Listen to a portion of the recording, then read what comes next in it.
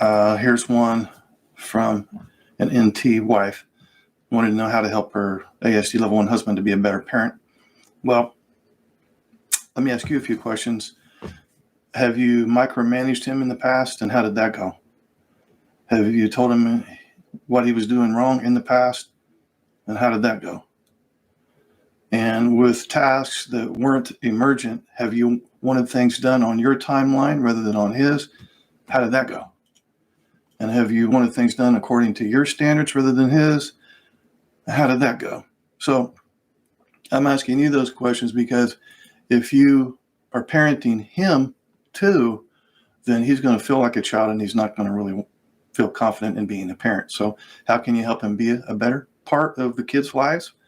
Well, don't set him up for failure. So let's say, for example, that your son wants dad to throw a ball around on a Saturday morning, but you know that he's exhausted from a tough week at work.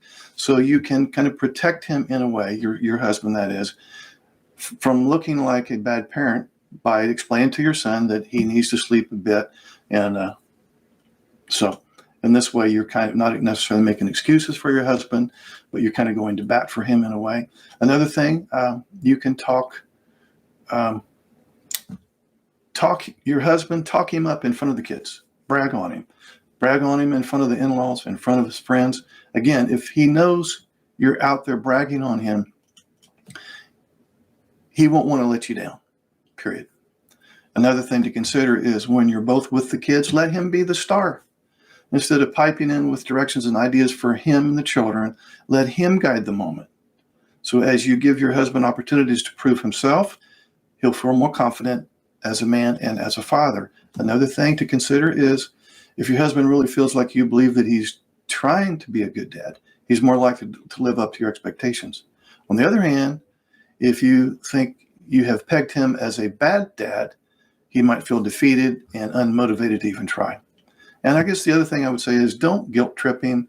If you do say things like, well, you should have done this, or why don't you do that? You never he might buck up and not make the time for the kids just to spite you.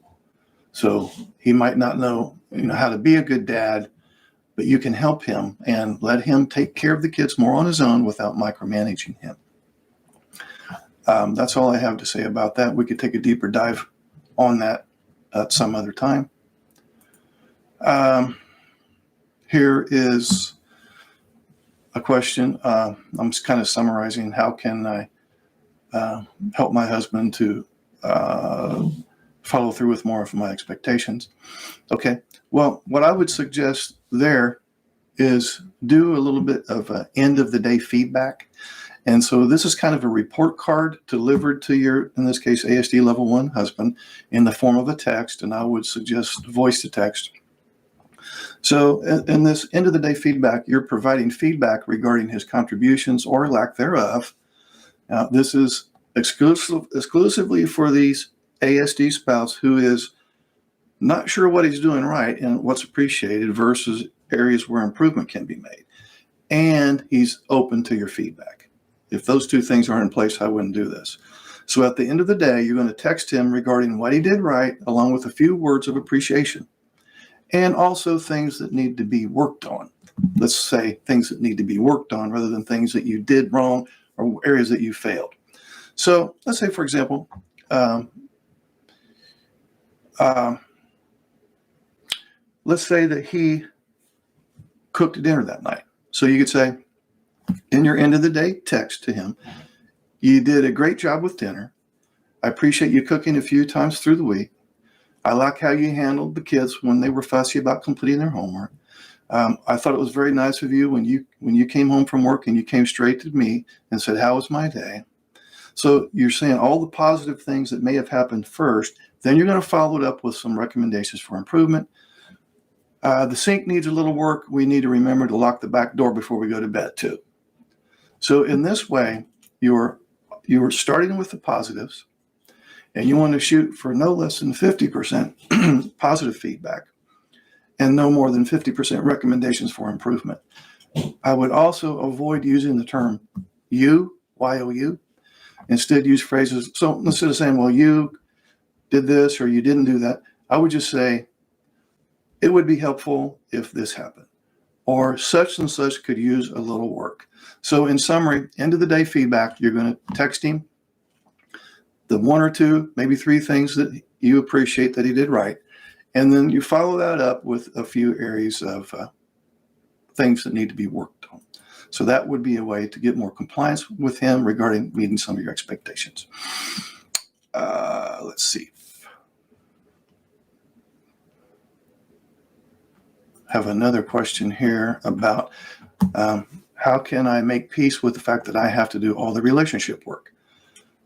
I don't want you doing all the relationship work, let alone make peace with it. So I would say if you feel like you're doing all the relationship work for you, this was a question from an NT wife, less work is better, okay? If you feel that you're doing all the relationship work, maybe it's time to think in terms of less is better.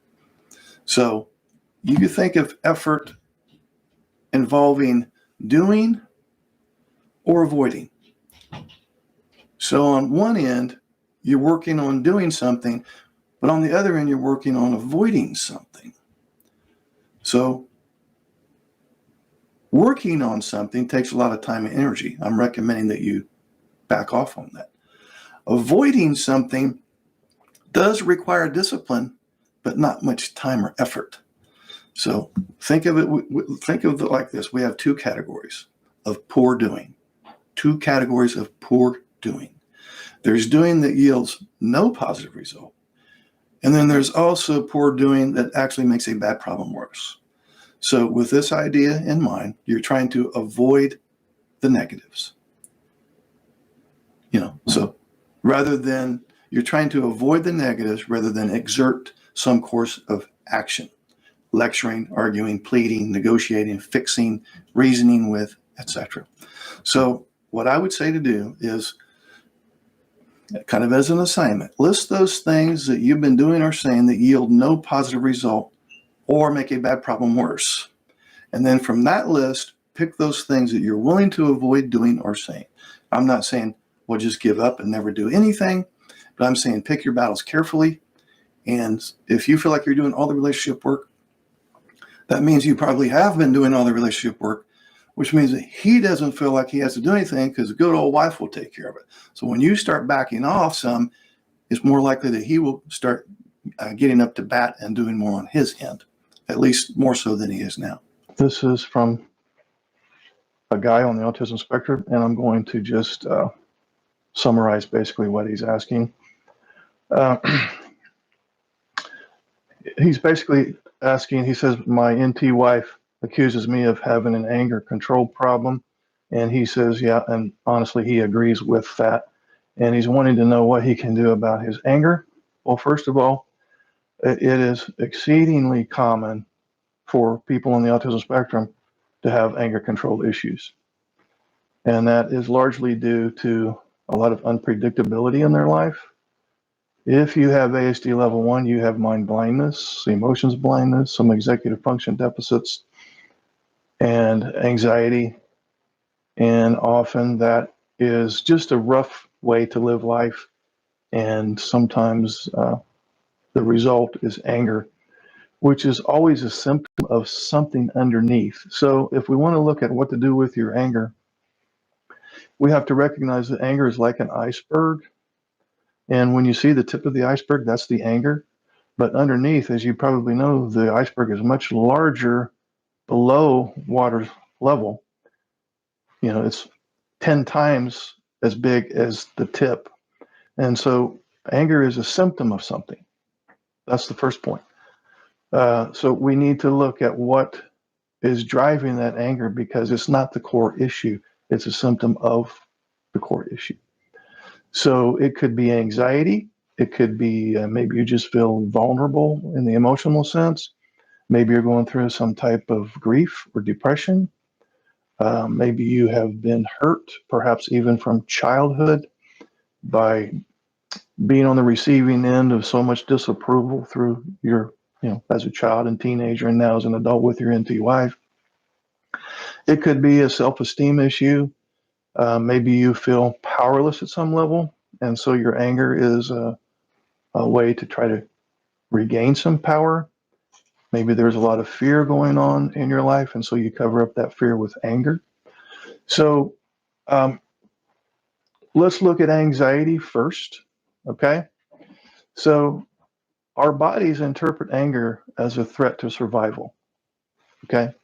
And as a result, we will release adrenaline, noradrenaline, cortisol, cortisone, all the fight or flight chemicals. And these hormones act as an analgesic, okay? So in effect, anger makes us feel better in the short term, but it numbs our emotional and physical discomfort, okay? It's analgesic. It helps us feel better in the short term because it numbs our emotional and physical discomfort. But this is not healthy in the long term. In fact, most often it's destructive in the long term. So as people on the autism spectrum, those who are on the spectrum and have ASD level 1 or 2 or 3, you would do well to not allow yourself to get addicted to this kind of painkiller. Yes, anger can be addictive. If we do, then outbursts of anger become a way of life, a daily occurrence. And sad to say, for too many people on the autism spectrum, it's already become a way of life. So I mentioned earlier that anger might hide emotional vulnerability. So some people on the autism spectrum use anger as a way of distancing themselves from their, in this case, an NT spouse. So perhaps we feel safer if our spouse is held at arm's length, so to speak. And maybe we find it hard to express our true personal needs and desires. So learning to relate positively to your spouse by allowing yourself to be vulnerable to her and to trust her to respect your feelings, which in most cases she will be a way for you to address your emotional vulnerability that results in the anger that you wanted to ultimately fix. Could you be going through some type of grief or depression? I'm going to adjust my screen there a little bit so I feel like I'm in the roof. Are you going through some type of grief or depression? So that would be something to look at too. Some people on the autism spectrum respond to grief and depression by getting angry. So this can be their way of coping with the pain they're feeling. They may yell, lash out verbally instead of seeking comfort, or instead of offering comfort if our anger is on behalf of someone else. So if you find that you're lashing out, and we would call that misplaced anger, you may want to take a step back and ask yourself, is there something that I've lost, some sense of loss, something that I've lost that I'm grieving the loss of? Anger also hides hurt. So admitting that we feel hurt is too much for some people. It affects their pride and their ego, and they're not about to admit that so-and-so hurt me. So better to explode in rage than to show that we care or that we're upset by whatever has happened. Hurt hides behind anger when we feel unloved, rejected, criticized. It's not uncommon for people on the autism spectrum to have been on the receiving end of teasing, bullying, rejection, ridicule. To some of you out there who can identify with this, do you remember the high school days and all the teasing and harassment and bullying that hurt? But you didn't want to show that hurt because it made you feel even more vulnerable. So if we think our anger is hiding hurt, we should focus on learning to accept that we are wired differently. We aren't wired wrong. We're wired differently. Two different things. Could it be a self-esteem issue? A person on the autism spectrum who's been experiencing anger control issues for many years may admit to himself, if not to others, that he oftentimes struggles with self-esteem. In fact, it is not uncommon at all for me when I'm working with people online specifically the guys with ASD, oftentimes their sense of self-worth is in the toilet, quite honestly. And he may have internal dialogues that revolve around any minute now, somebody is going to insult me. I'm at work and now I'm expecting somebody to say something that I will download as being critical. And so these internal dialogues can occur even in someone who leads an outwardly successful life. Sometimes this inner dialogue or self-talk is what drives us to achieve, quite honestly. So I'm going to prove these people wrong. They think that I'm incompetent. I'm going to go the extra 10 miles to prove that I am. But so, yeah, if you're doing a lot of compensatory things, trying harder, working harder because you don't feel like you're good enough, and you have to be perfect and you have to operate at 100%, that's a sign of low self-esteem, which might be driving your anger. Could it be a sense of powerlessness? Again, as I mentioned earlier, with mind blindness, emotions blindness, executive function deficits, anxiety, sensory sensitivities, and so on, we have so much unpredictability in our life that we, in order just to keep from going crazy, we have to create as much predictability as possible. How does that usually happen for somebody on the autism spectrum? He will have a bunch of rules. He'll crave structure. He'll thrive on routine. He will hate change. He will especially hate surprise change. He will want to stay hyper-focused on his special interest as an anxiety reduction strategy. And when you're hyper-focused on your special interest, you're also hiding from the world because you feel like you don't have any power or control. Is that what's going on? Because if it is, that's going to come out as anger. Lastly, we should probably talk about the difference between anxiety and fear. Anxiety is, I'm afraid of something, but I'm not sure exactly what it is. Fear is, I'm afraid of something and I know exactly what it is. So the most common feeling that hides behind anger is fear. But unless we are developing a habit of mindfulness, which is making ourselves aware of our emotions as they arise, it's going to be real hard to identify the emotions lurking beneath your anger. So our best indication of what those emotions may be is to consider how we feel about ourselves at the time we are not feeling angry. Does that make sense? So in summary, if you have an anger control issue, it's most likely driven by fear, perhaps the thinking error that you don't have any control over circumstances. Could be a self-esteem issue. It could be a childhood issue where you were rejected, ridiculed, criticized as a child. Maybe your parents viewed you as a problem child. Maybe your teachers viewed you as a problem student. And maybe now your NT spouse is viewing you as, insensitive, uncaring, selfish, narcissistic, and so on. So you've been on the receiving end of disapproval for so long, there might even be a sense of shame involved, which comes from toxic guilt. Healthy guilt is, I did something wrong. I recognize it as a mistake. I don't intend to do that. I'm going to learn from that mistake and not repeat it. Toxic guilt, which I find this a lot in people on the autism spectrum. They feel like they're always making mistakes. They're always making social errors. They're always messing up, which leads to toxic shame, which is because I make all these mistakes, therefore I am a mistake. They take it as a personal identity at this point. That could be driving your anger. Are you grieving the loss of something? Are you depressed? Do you feel vulnerable in the emotional sense? And could it be that just generalized anxiety is driving that anger, and it's easier to feel anger than it is anxiety? All of these emotions will have certain levels of distress or eustress.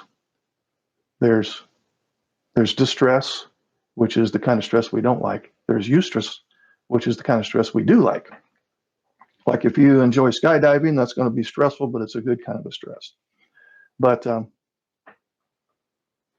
as far as anxiety about life and social things and emotional things, it's less painful to feel anger than it is anxiety. So is that what's going on? So I know I didn't answer your question directly, but I do want you to begin looking at what's going on behind your anger. That's the whole point of this, okay? And then I hope that that will get you started. So let's do this, guys. Since I'm always short on time, it seems, I'm going to be doing more of these live videos because I feel like I'm just getting too many questions to just keep ignoring them. I'm not actually ignoring them. It's just I really need to have 3 or 4 of me to keep up with the pace. But anyway, that's my problem, not yours. So let's do this.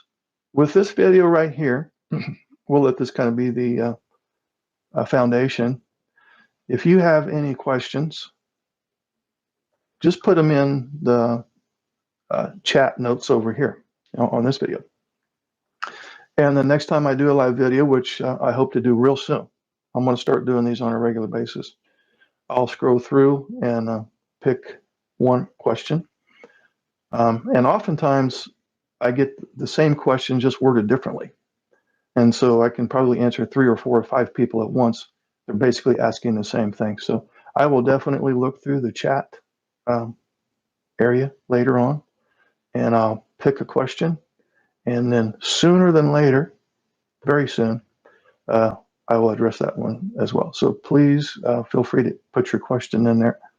And I promise to try to get to it as quick as I can. So we'll go ahead and sign off for now. I'm going to look over here at some of the questions now before I sign off. Can you explain the difference between level 2 and level 3 of ASD? Well, as you probably know, this is Crazy Bird. Level 1 is high functioning autism, which used to be called, and still is in some places, Asperger's syndrome.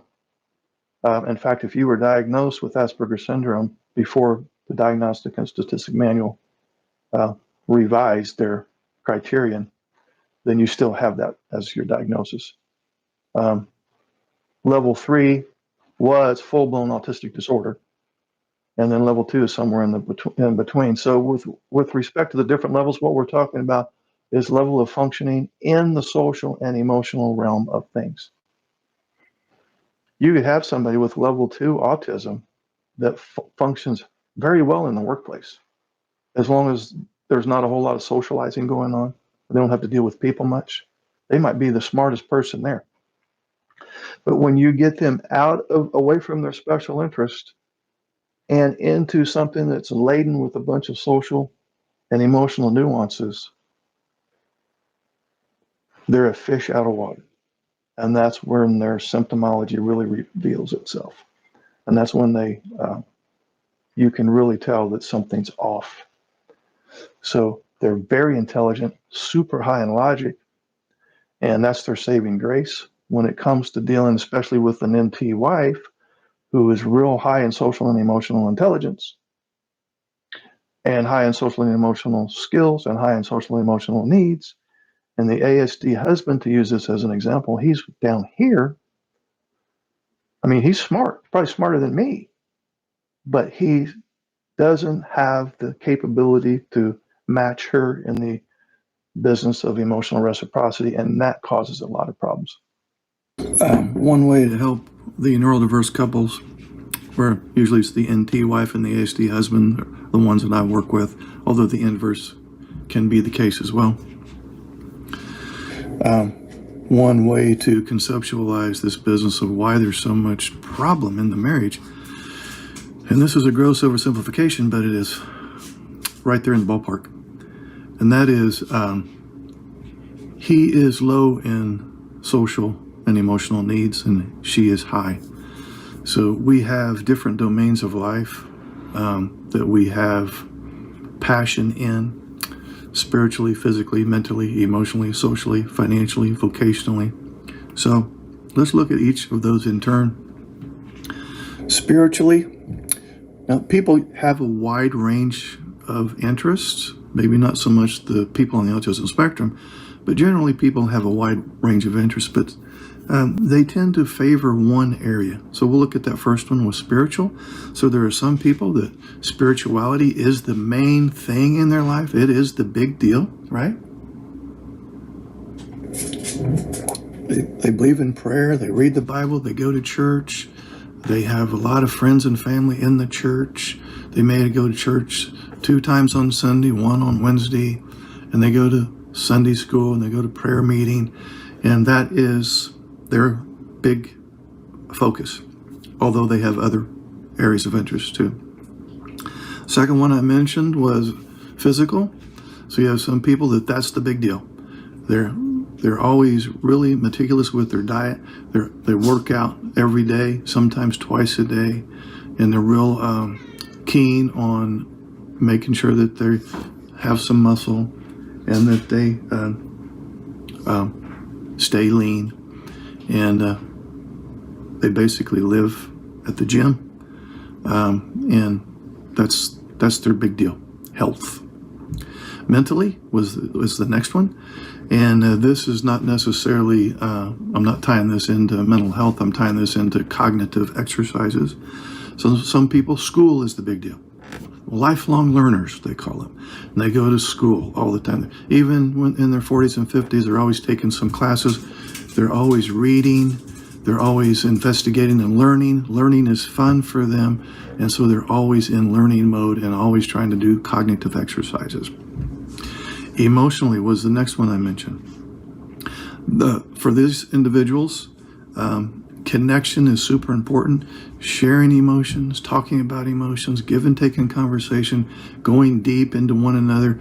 Is how did you feel about that? Or what was that experience? A lot of conversation about the little nuances of what's going on in somebody else's life. So emotional connection is huge there. Socially, some people, that's the big deal for them. They've got their clubs, they have their organizations, they have their teams. They're always connecting with people. They go out. She may go out with her girlfriends quite frequently, and they always go to the same place. And so being social is the big deal. The other thing I mentioned was financially. So for some people, making money is the big deal. That's the primary thing. I mean, they have other areas of interest and they care about their family and all that too, of course, but that's the main thing. I got to have money coming in. Oh, there's this particular project I can do to maybe bring more money in. Or how can I climb the ladder over here? Maybe start my own company. Or how can I monetize this? Or how can I streamline that? How can I take this particular thing and turn it into something to make money? So money is always on their mind, making money. And then the last one I mentioned was vocational, and that is this individual, their work is the big deal. Their job is, they're kind of course, they may be married and they value their wife and everything, but they're kind of married to their work, and their work is their partner. Their work is their partner. And so what we have, I got animals, a couple cats and a couple dogs who are waiting for breakfast here. So that's their big deal, work. They live for work. They're workaholics in some cases. So you have the NT wife who is real heavy in the social and emotional department. That's her big deal. Then you have the guy who's heavy in the vocational department. So she needs a lot of connection, ongoing, and that connection needs to be deep. He's more preoccupied with work. So you see the dichotomy there. You can see why this is not working out well. He doesn't need a whole lot of emotional, social connection. He just doesn't need it. And in many cases, doesn't even want it. She desperately wants it. And she keeps trying to nag him to connect, using nagging as a sarcastic word, which pushes him even further. It makes him want even less of a social and emotional connection. So she's keeps trying to get him to connect, and the more she tries to get him to connect, the more he wants to disconnect because he's just not wired that way. So anyway, that's the long-winded way of telling you what's going on in this neurodiverse marriage. He does not need social and emotional connection much, unless it's work related, unless it's, something to do with completing a task. Then he will need to have conversations with people and meeting of the minds and whatnot. But as far as a social emotional connection, purely for the sake of connection, doesn't need it, doesn't even want it. So she never gets it. And so she complains, and now he even wants it less. So I hope that makes sense. What do? We got to find a compromise. How do you find a compromise? I don't know. I would have to find out what your unique situation is there, because I've kind of overgeneralized here. Anyway, think of it like that. She needs a huge amount of social and emotional connection. He doesn't need it. And so there is the tug of war. And then sometimes she gives up trying to pursue him to get the connection, and she stops trying. And now we're really in trouble, because she's resentful, and now he is tired of being in trouble all the time, and now we got a real mess going on. So